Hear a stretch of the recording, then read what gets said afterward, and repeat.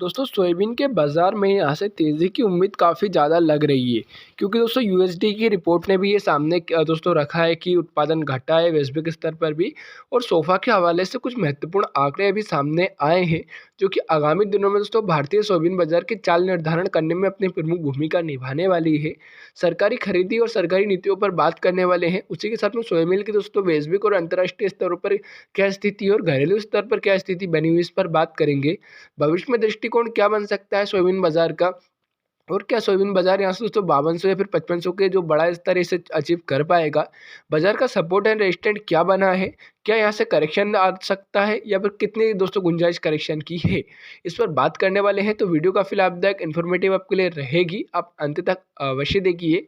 सर्वप्रथम किसान साथियों व्यापारी भाइयों बात कर लेते हैं सोयाबीन की। दोस्तों जो सोफा के हवाले से रिपोर्ट सामने आई है उस पर अक्टूबर महीने में सोयाबीन की दोस्तों जो कुल आवक है वो 15 लाख टन बोरी के आसपास दर्ज की गई है, जो पिछले साल की समान अवधि की तुलना में 16% कम है। ये दर्शाता है कि दोस्तों सप्लाई कम है बाजार में।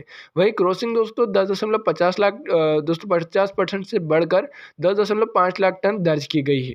1 नवंबर तक प्रोसेसर स्टॉकिस्ट और जो किसान भाई उनके पास कुल स्टॉक ऑल ओवर इंडिया करके दोस्तों जो उपलब्ध है वो 87.1 लाख टन है।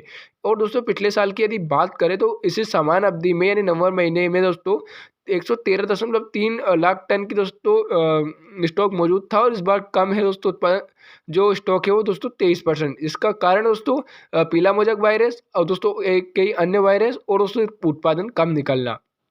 खरीदी अपडेट की बात करें तो दोस्तों महाराष्ट्र में खरीदी को लेकर कुछ अभी आधिकारिक जानकारी सामने नहीं आई है।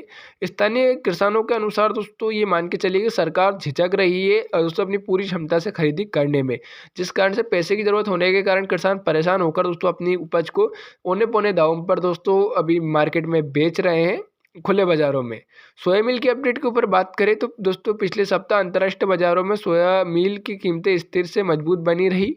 चीन अमेरिका व्यापार समझौते से उम्मीद बढ़ी है कि दोस्तों चीन अमेरिका से सोयाबीन और सोया मिल की खरीदी कर सकता है। हालांकि ब्राजील में प्रोचेर स्टॉक और बढ़ी हुई बुआई लंबी अवधि में दबाव बना सकती है। पिछले दोस्तों 7 से 8 दिनों में सोया मिल के दाम में आप ये मानिए कि 1500 से 2000 रुपये प्रति टन तक की बढ़ोतरी दर्ज की गई है। अभी भी दोस्तों 1500 से 2000 रुपये प्रति दोस्तों टन की वृद्धि की गुंजाइश है, जिसके बाद यह रैली एकदम दोस्तों शांत हो सकती है।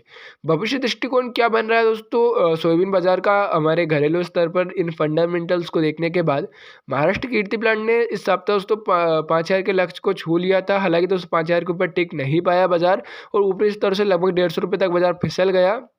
सोया मिल की दोस्तों मजबूती और क्रॉसिंग से अधिक मांग ने सोयाबीन को सहारा दिया है। जब तक सरकारी खरीदी शुरू नहीं होती 5000 के ऊपर दोस्तों बड़ी तेजी की उम्मीद नहीं है।